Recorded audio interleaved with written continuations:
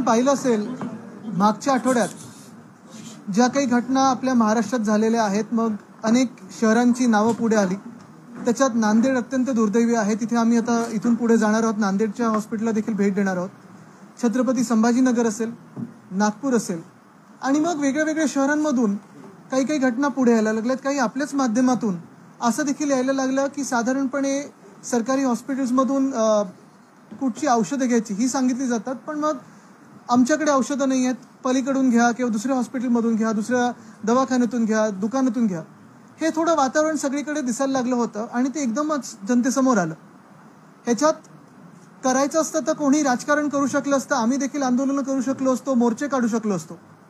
पण मूळ मुद्दा असा येतो की आपल्याला आठवत असेल 29 जुलैला मी ट्विट केलं होतं मुंबईच्या काही हॉस्पिटल्सबद्दल. त्यावेळी शिवसेनेनी KM हॉस्पिटलच्या काही लोकांना सोबत घेऊन आम्ही मोर्चा देखील काढला होता. आणि हा मोर्चा कोणाच्या विरोधात नाही तर सरकारचा डोळे उघडण्यासाठी होता.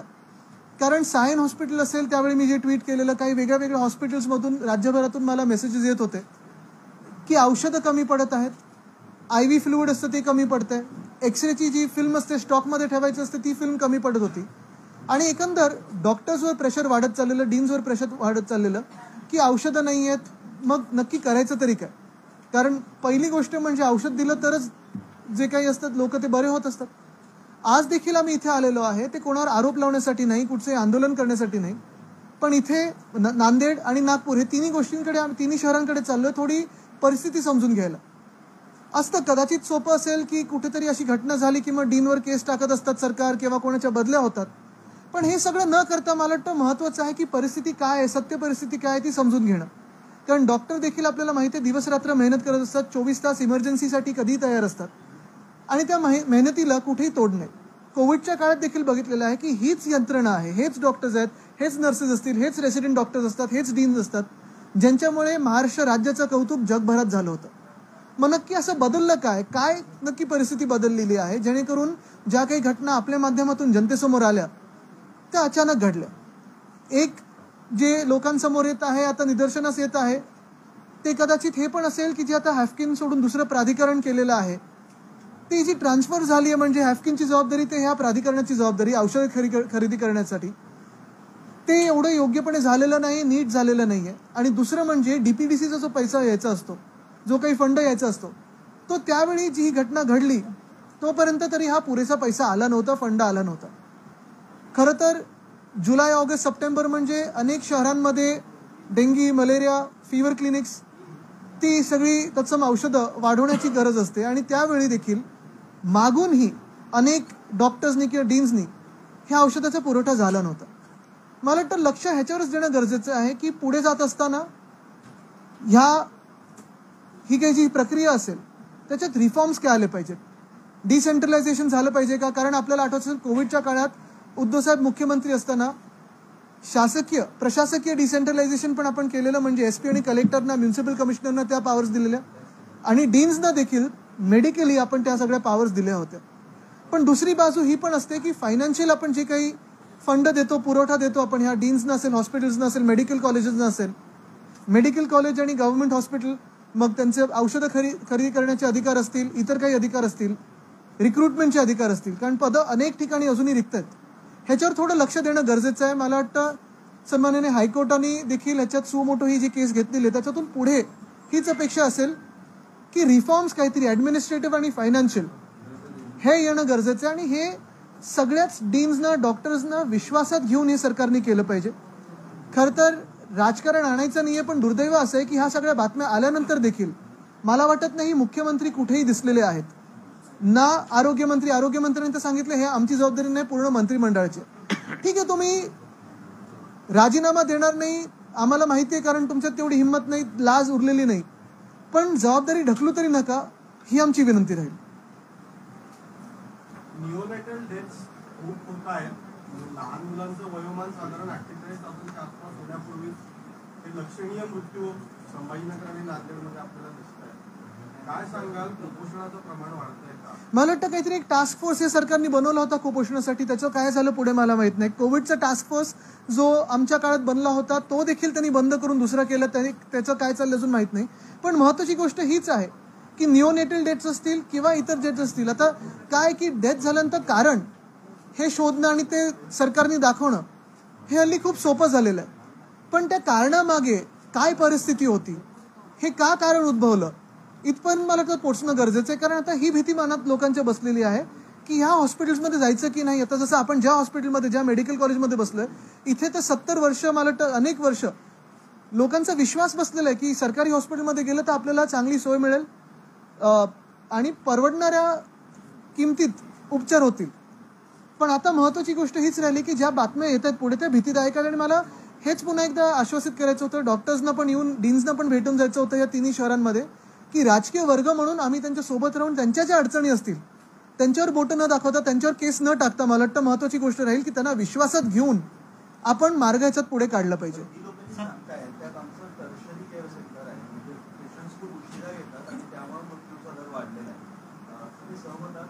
मला वाटतं बघा, हे आता कसं असतं की परत एकदा मी सांगतो, सरकारी उत्तर एक असेल, दुसरं म्हणजे खरी अडचण कुठे आहे, तर औषधं होती की नव्हती इथपर्यंत पोहोचणं. आणि हे नुसतं ह्या शहरात नाही, ह्या कॉलेजमध्ये नाही, तर पूर्ण महाराष्ट्रभरात आहे. आणि मी जसं सांगितलं ना परत, की ह्याच्यात आरोग्य खातं असेल, वैद्यकीय शिक्षण खातं असेल, जे प्राधिकरण बनलंय, ह्याच्यातून कोणीतरी जबाबदारी घेणार आहे की नाही. जबाबदारी घेणारं तर कोणतरी पाहिजे की चला आम्ही सरकार आहोत, आम्ही सरकारमध्ये बसलो आहोत, ही घटना झाली, ह्याच्यात आम्ही चौकशी करू, पण ह्याच्याही पुढे जात असताना हे हे हे हे आम्ही करू. हे अजून कुठेही होताना दिसत नाहीये. परवाकडे जर तुम्ही आरोग्यमंत्र्यांचं स्टेटमेंट बघितलं, आता आरोग्य खातं, वैद्यकीय शिक्षण खातं जरी वेगळी वेगळी असली तरी आरोग्य हा शब्द हा महाराष्ट्रासाठी महत्वाचा ना. त्यावेळी आपल्याला पाहत असाल आपण, टोपे साहेब असतील, सगळ्या हॉस्पिटल्स जात होते, अमोद देशमुख जी होते, सगळ्या हॉस्पिटल्स जात होते, मुख्यमंत्री महोदय स्वतः सगळीकडे पाहणी करत होते, ऑनलाईन रोज बैठका चालायच्या सगळ्या डीन्स बरोबर. मला वाटतं जबाबदारी कोणीतरी घेणं गरजेचं आहे. परंतु या सगळ्या गोष्टी डॉक्टरांवर थोपल्या जातात. आता नांदेडच्या डॉक्टरवर गुन्हा दाखल झालेला आहे, डीनवर गुन्हा दाखल झालेला आहे. आणि जे काही आकडे सांगितले जातात त्यातल्या 50% आकडे असे आहेत की ते डेड बॉडी जिथे आलेले असतात फक्त सरकारी हॉस्पिटलला ते कन्फर्म करावं लागतं. जर डीनवर गुन्हे दाखल होत असतील, पोलिसांवर गुन्हे दाखल होत असतील, जिथे यंत्रणा अपुरी आहे, जिथे गोळ्या औषधी देत नाही, पण डॉक्टरांच्या मॉरलवर याचा इम्पॅक्ट होणार नाही का? कारण यंत्रणा सगळ्यात त्यांच्यावर टिकून आहे. ह्याच गोष्टीसाठी मी ह्या डीन्सना भेटतो आणि डॉक्टर्सना भेटतो, कारण त्यांना विश्वास द्यायचा आहे की तुम्हीच एक चांगला महाराष्ट्र घडवू शकता. पण जे त्या दिवशी पण झालं, तिकडचे खासदार जाऊन ते स्टंटबाजी करून आले, किती घाणेरडी आणि दुर्दैवी गोष्ट आहे की आपण डीन्सना कुठच्या तरी दुसऱ्या कामात लावत आहोत. बघा, मी हे सांगतो की स्वच्छता करणं हे काही चुकीचं नाहीये, त्याचं डिमांड करणं हे देखील चुकीचं नाहीये, पण काहीतरी स्टंटबाजी करून याची स्वतःच्या राजकारणासाठी हे दुर्दैवी आहे. मूळ मुद्दा कुठचा आहे की जे आपण सांगताय की निओनेटल डेथ्स असतील किंवा डेथ्स असतील, हे लोकांसमोर कसं आणायचं, काय म्हणून आणायचं. आणि दुसरी गोष्ट म्हणजे सरकारी कारणं जरी बाजूला ठेवली तरी खरं कारण आता जे जिल्ह्यातून येतं ना, की डीपीसीचा फंड अजून पुरेसा झाला नव्हता, काही काही ठिकाणी फंड आला पण तो परत मागितला गेला ट्रेजरीला. काय होतं, सरकारी चौकशा लागल्या, जसं आता मला वाटतं ते जिथे जालन्यामध्ये लाठीचार्ज झाला, एखाद्या IPS ऑफिसरला सस्पेंड करतील आणि विषय संपवतील. खारघरमध्ये काहीतरी झालं, तो रिपोर्ट सबमिट झाला पण अजून लोकांसमोर येत नाहीये. IAS IPS अधिकाऱ्यांना पकडतील, सस्पेंड करतील, बदली करतील, विषय संपला. पण जे लोक आदेश देतात किंवा हे कार्यक्रम घडवून आणतात, राजकीय लोक जी असतात किंवा सरकारमधली लोक असतात, ते कोणी येऊन पुढे जबाबदारी घेणार आहेत की नाही, तेच 100% तेच सांगतो मी. प्रेशर म्हणजे ज्या सरकारला लाज नाही आणि जे सरकार अजून इथे आलेलंच नाही किंवा नांदेडपर्यंत पोहोचलेलं नाहीये, त्या सरकारकडून अपेक्षा तरी काय करायची हा एक विषय राहतोच. पण दुसरी गोष्ट म्हणजे आम्हाला उद्धव साहेबांनी सांगितलेलं आहे की प्रत्येक डॉक्टर डीनशी भेटा, त्यांना विश्वासात घेऊन त्यात काय सुधार करू शकतो हे तुम्ही आता विषय पुढे आणले पाहिजेत. येत्या अधिवेशन तर आम्ही उचलू, पण एक परत एकदा सांगतो की जे आपल्या माध्यमातून ज्या बातम्या आल्यात ह्या महत्वाच्या आहेत, कारण आपल्या माध्यमातूनच ज्या बातम्या आल्यात त्याच्यावरनं हायकोर्टाने सो मोठं ही केस घेतलेली. पुढचा मार्ग जो काही असेल तो राजकीय लोकांनी, प्राधिकरण माझ्याकडेच असायला पाहिजे का, की खातं माझ्याकडे असायला पाहिजे का, हे सगळं स्वार्थ बाजूला ठेवून ऍडमिनिस्ट्रेटिव्ह आणि फायनान्शियल रिफॉर्म्स काय येऊ शकतात ह्याच्यावर टाइम बाउंड आपण विचार करणं गरजेचं आहे. महाविकास आघाडीच्या काळामध्ये अमित देशमुख जरी घाटीकडे लक्ष दिलं नाही, सत्ताधारी असताना त्यावेळेस कधी लक्ष गेलं नाही, आताचे पण सत्ताधारी जे वैद्यकीय शिक्षण म्हणते तेही कधी येत नाहीत. म्हणजे सत्तेतले जे पक्षातले लोक आहेत ज्यांच्याकडे खाते तेच कधी येत नाहीत, त्याच्यामुळे अशी दुरवस्था झाली. मला वाटतं आपण एक पाहिलं असेल, त्यावेळी स्वतः उद्धव साहेब मुख्यमंत्री असताना एक बैठक घ्यायचे रोज, कोविडचा काळ होता आणि त्यावेळी आपण पाहिलं असेल की जगात कौतुक जे महाराष्ट्राचं झालं ते 2-3 गोष्टींमुळे झालं. एक, संपूर्णपणे डॉक्टर आणि मेडिकल फ्रॅटर्निटीवर, मेडिकल कम्युनिटीवर आपण विश्वास ठेवला. सगळे निर्णय आपले ह्या लोकांच्याच आधारे आपण घेतले होते आणि त्यामुळे आपण खरे आकडे लोकांसमोर आणू शकलो. जो काही उपचार होता तो चांगला करू शकलो आणि कुठेही अशी जी धांदल उडाली तसं झालं नाही. आता दुसरी गोष्ट हीच आहे की आता गेल्या 6-8 महिन्यांमध्ये मी काल परवाकडे पण एका हॉस्पिटलला गेलो होतो. तिथे मेडिकल सुपरिटेंडंट पद रिक्त होतं, डीन पद रिक्त होतं. गेले 8-9 महिने जे काही घोळ चालू आहे तो घोळ कुठेतरी सोडवणं गरजेचं आहे. इन्स्टिट्यूशन डिफॉल्ट ठेवायचे आणि महाआरोग्य शिबिरं घ्यायची. हा पॅटर्न मागच्या 5-10 वर्षापासूनचा आहे, आजचा नाहीये. म्हणून तर पण कधीतरी सुधारणार ना, आपण सुधार तर केला पाहिजे ना. आता काय झालंय, काही काही जिल्ह्यांमध्ये नेत्यांचे पण प्रायव्हेट कॉलेजेस यायला लागले आणि मग गव्हर्नमेंट मेडिकल कॉलेज बंद करायची, हे पण चालू आहे. ससूनमध्ये आणि पुण्यामध्ये, मुंबईमध्ये पण मृत्यू मोठ्या प्रमाणात झाले. त्याच्याकडे फारसं काही मी मुंबईचं बोललो ना आता, मी आता तेच सांगत होतो. मुंबईमधलं तेच सांगतोय, तेच आहे. मुंबईमध्ये पण जे मी ट्विट केलं ते आपण पहा. माझं ट्विट मुंबईबद्दल होतं. जुलैपासून मी मुंबईची सुरुवात केलेली आहे आणि हेच मी सांगतोय की साधारणपणे प्रशासकीय जी जबाबदारी असते ती सरकारवर असते. औषधं पुरवठा असेल, फंड देण्याची जबाबदारी असेल. मला वाटतं आता दिन्स मुभा दिले 40% पर्यंत खरेदी करण्याची, पण ही मग पूर्णपणे आपण का नाही त्यांच्यावर सोडवत? आपलं सरकार असताना खाजगीकरण झालेलं आहे, निर्णय झाला, त्याच्याविषयी आपण काय? आता मला वाटतं इथं तो विषय झालाच, पण आमच्या सरकारच्या वेळी नाही. GR कधी निघाले बघा? अमित देशमुखच्या काळात निर्णय झालेला खाजगीकरण. GR कधी निघाला? अमित देशमुख प्रोसेस सुरू केलेली वैद्यकीय शिक्षण. GR कधी निघाला? तुमचा विरोध आहे का याला? मूळ मुद्दा असा आहे. पहिली गोष्ट म्हणजे तुम्हाला माहिती आहे स्थानिक शिवसैनिकांनी आणि इकडच्या लोकांनी काय भूमिका घेतलेली आहे. दुसरी गोष्ट म्हणजे आज जे मी इथे आलेलो आहे ते खाजगीकरण की न खाजगीकरण ह्याच्यावर नाही आलोय. जे काही घडलंय तिथे आपण डॉक्टर्सना पहिला विश्वास देणं गरजेचं आहे. कारण आत्ता जर राजकारण करत बसलो, आम्ही पण इथे मोर्चा घेऊन येऊ शकलो असतो.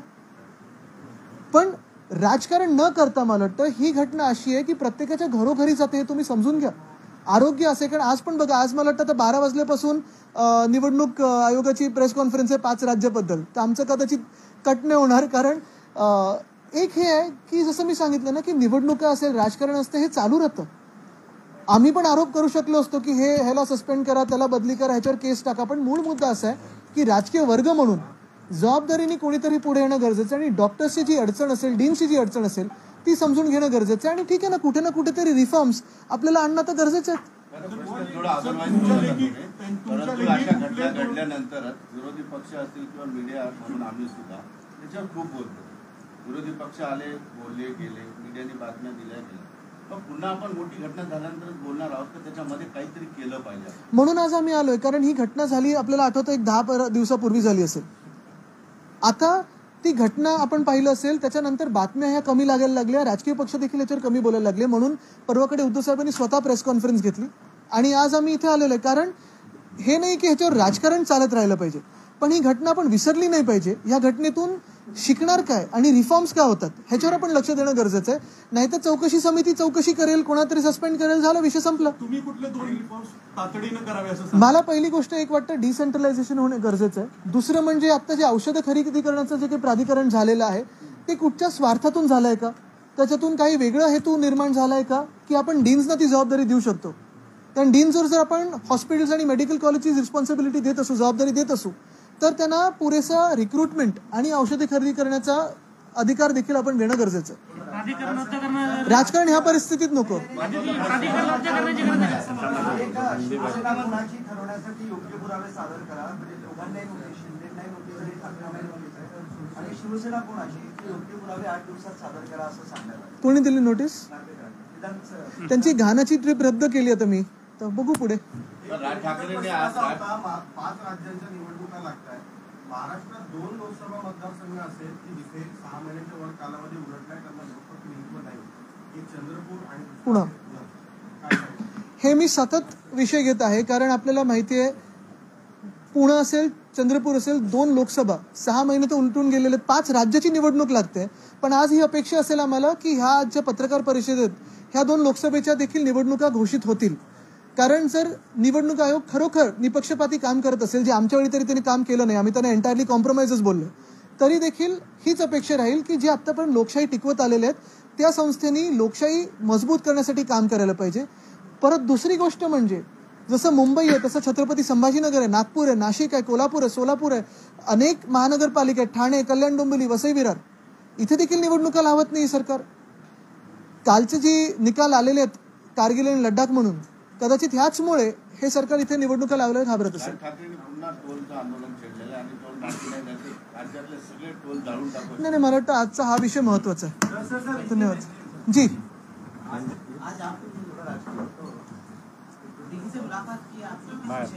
आज बसा आज यहाँ छत्रपति संभाजीनगर में हम आए हैं, उसके बाद हम अभी नांदेड़ जाने वाले हैं, फिर वहाँ से नागपुर.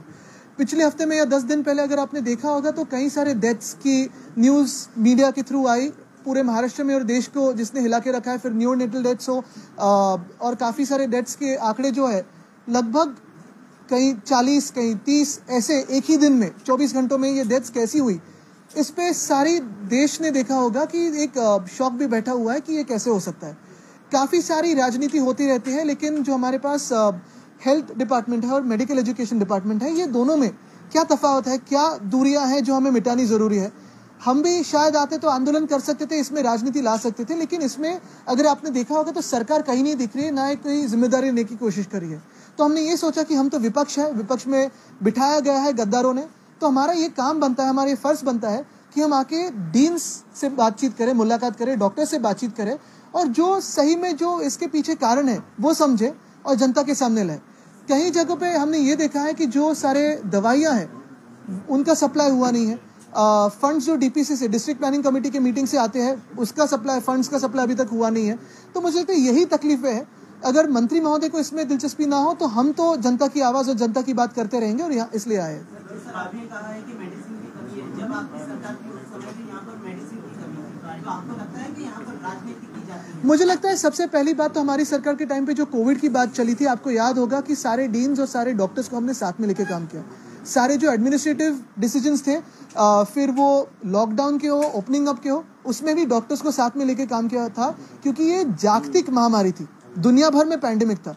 हम सत्य कहते रहे और सत्य के साथ में रहे. अगर आपने देखा होगा जहाँ भी कमतरताएं थी हमने जिम्मेदारी ली और वो उस कमतरता को कम करने की कोशिश की. वहाँ मेडिसिन का सप्लाई हो या एडमिनिस्ट्रेटिव रिफॉर्म्स हो, लाने की कोशिश की.